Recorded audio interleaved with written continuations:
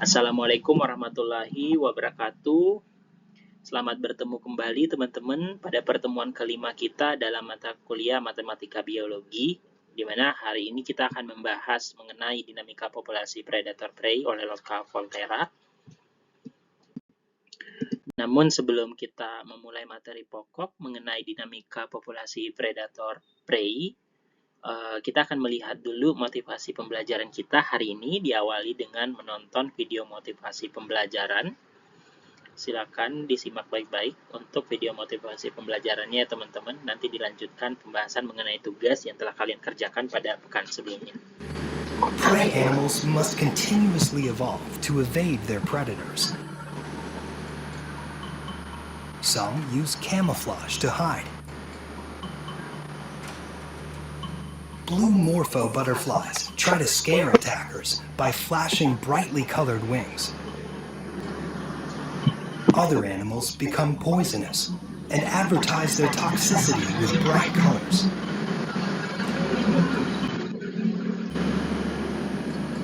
The predators must also evolve to keep up if they are to successfully catch their prey.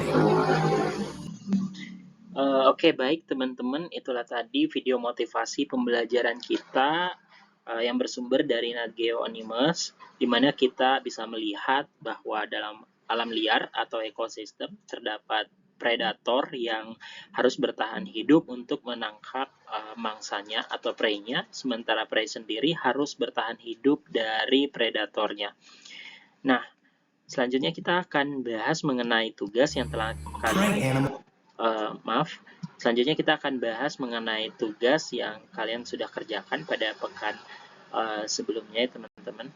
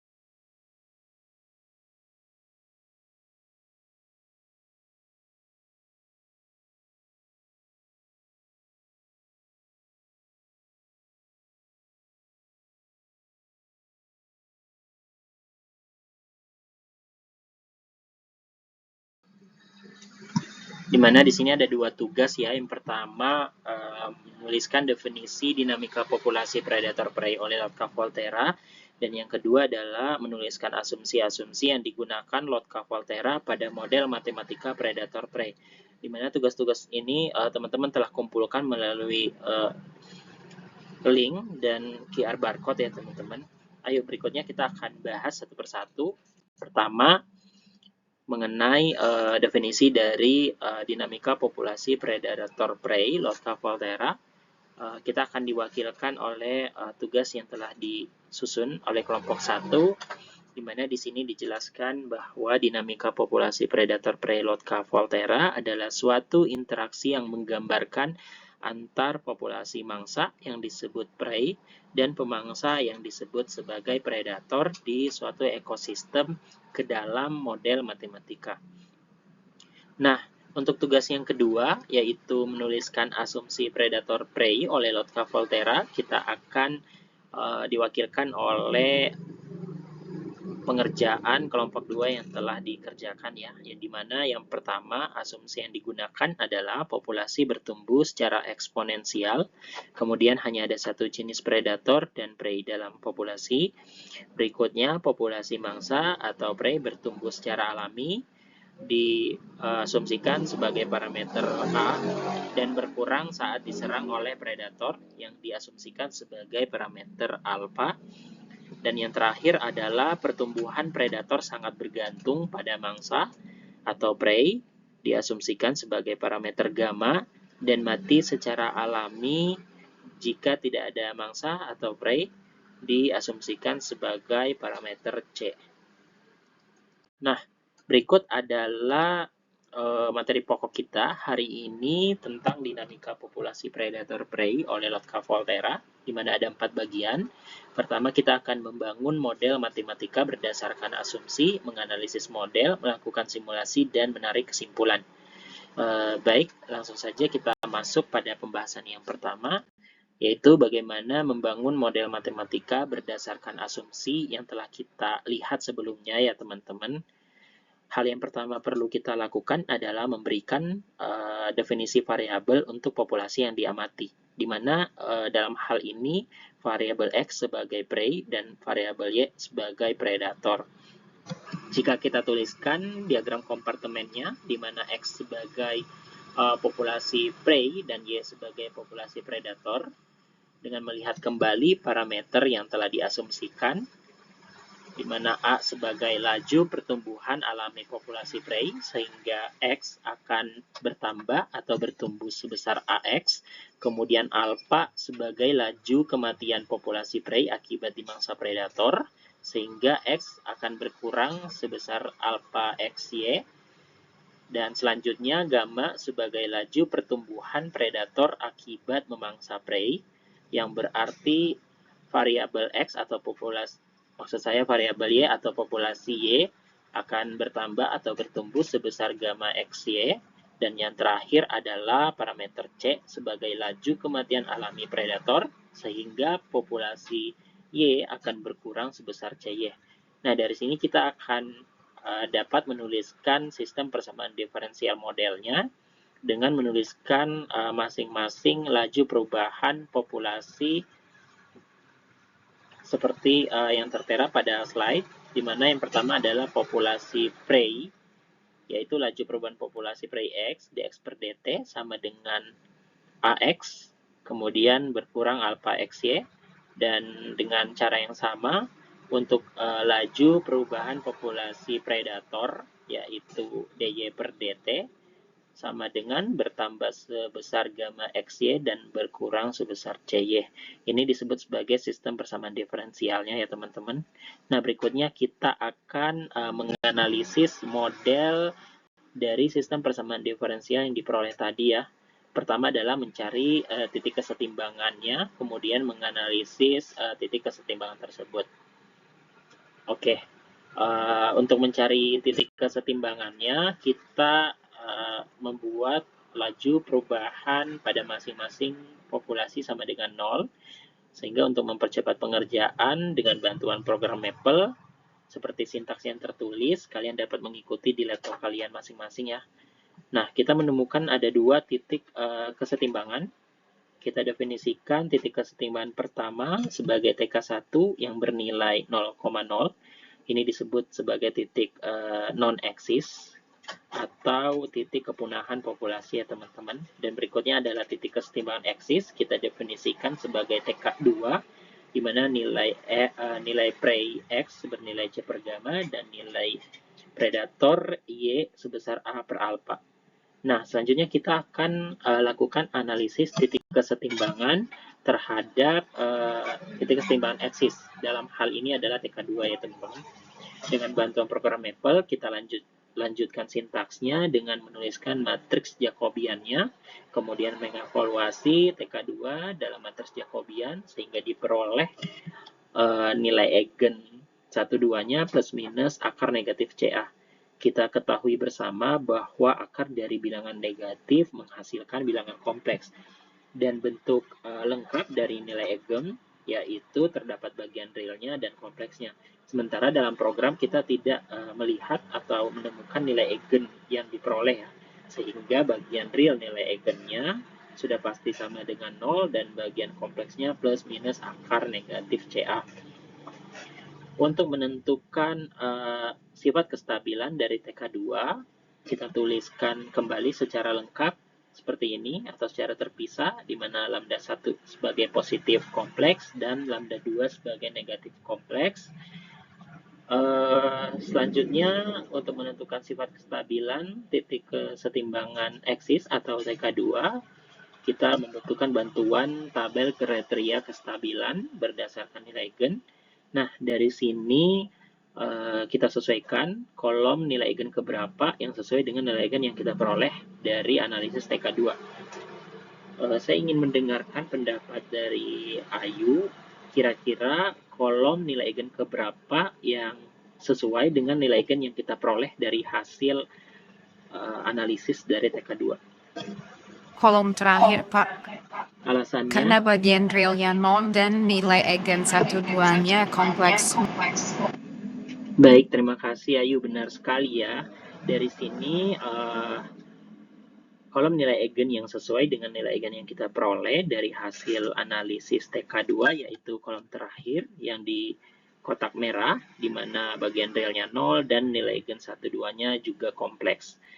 Sehingga kita simpulkan bahwa titik kesetimbangan eksis bersifat stabil dengan tipe limit cycle. Kita tuliskan TK2 eksis bersifat stabil yang berarti bahwa populasi prey dan predator dalam ekosistem akan selalu bersifat ada dan tetap ya teman-teman. Nah, selanjutnya untuk membuktikan hal ini kita lakukan plotting simulasi dengan sintaks seperti yang ditampilkan pada slide ya teman-teman. Kalian dapat mengikuti sintaksnya.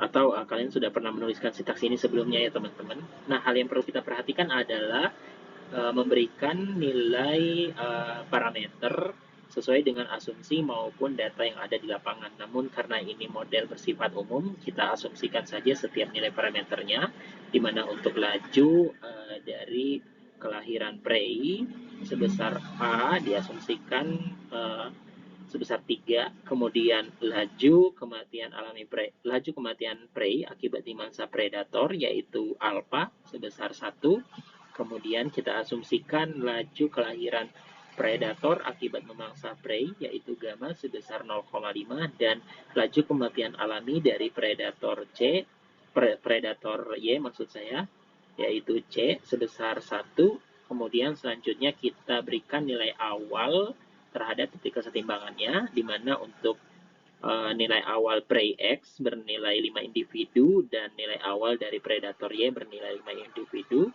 Kemudian kita berikan warna biru di sini sebagai populasi prey dan warna merah sebagai perwakilan populasi predator. Nah, kita akan menghasilkan grafik seperti ini ketika kita display populasi terhadap waktu. Nah, jika kita perhatikan di mana populasi prey berwarna merah dari sebanyak 5 individu awal meningkat, di mana peningkatan populasi predator berwarna merah ini membuat populasi predator yang berwarna biru menurun populasinya karena dimangsa oleh predator, dan penurunan populasi prey yang berwarna biru ini akan diikuti kembali oleh penurunan populasi predator berwarna merah karena keterbatasan kesediaan prey di ekosistem. Dan selanjutnya karena penurunan populasi predator berwarna merah memberikan peluang atau kesempatan prey warna biru untuk berkembang biak di ekosistem dan meningkatkan jumlah populasinya seiring berjalannya waktu. Nah, hal ini diikuti kembali oleh peningkatan populasi predator yang berwarna merah karena kembalinya kelimpahan atau ketersediaan makanan prei di ekosistem. Hal ini terjadi secara terus-menerus membentuk sistem periodik. Nah, dari sini saya ingin mendengarkan pendapat kalian, siapa yang ingin memberikan kesimpulan dari simulasi sederhana yang kita kerjakan atau yang kita lihat pada slide sebelumnya. Saya, Pak. Baik, silakan. Argan. Populasi prei dan predator selalu hidup berdampingan sepanjang waktu. Baik, terima kasih sekali Argan, ya benar sekali. Atau secara lengkap atau secara umum kita simpulkan bahwa model predator prey oleh Lotka Volterra, di mana populasi predator dan prey dalam suatu ekosistem dapat hidup berosilasi secara permanen. Nah, berikutnya ini ada fakta sejarah yang mengatakan bahwa selama revolusi budaya di Cina akhir tahun 60-an, Cina memutuskan membunuh semua burung pipit karena dianggap terlalu banyak memakan hasil pertanian. Dan burung pipit ini ternyata predator dari serangga tertentu, sehingga populasi serangga meningkat sangat drastis, yang ternyata menyebabkan kerugian yang lebih besar dari hasil pertanian dibandingkan keberadaan burung pipit. Akhirnya, Cina membatalkan keputusan tersebut yang menyebabkan ketidakseimbangan, ya, teman-teman. Nah, selanjutnya ini adalah referensi yang dapat kalian baca untuk memperdalam mengenai materi hari ini. Dan link YouTube yang dapat kalian nonton kembali jika ingin mengulang pertemuan. Dan berikutnya adalah kutipan penutup pada pertemuan kita hari ini, di mana disebutkan bahwa fungsi esensial dari suatu model matematika adalah alat mensimulasikan strategi dan juga cara kita melihat potensi kondisi yang terjadi di masa yang akan datang dan bagaimana hal itu berubah akibat pilihan atau tindakan yang kita buat hari ini. Kita telah melihat sebelumnya, teman-teman, kutipan ini sesuai dengan fakta sejarah yang telah kita lihat di Cina, di mana keputusan Cina untuk membunuh semua burung pipit ternyata lebih merugikan dibandingkan keberadaan burung pipit itu sendiri, ya teman-teman. Nah, karena keterbatasan waktu, pertemuan kita hari ini disudahi saja. Mohon maaf jika ada kesalahan dalam penyampaian materi, ya teman-teman. Jika kalian memiliki pertanyaan, silahkan dapat menghubungi melalui kontak di bawah. Dan kita akan bertemu lagi pada pertemuan selanjutnya, teman-teman. Akhir kata, wassalamualaikum warahmatullahi wabarakatuh.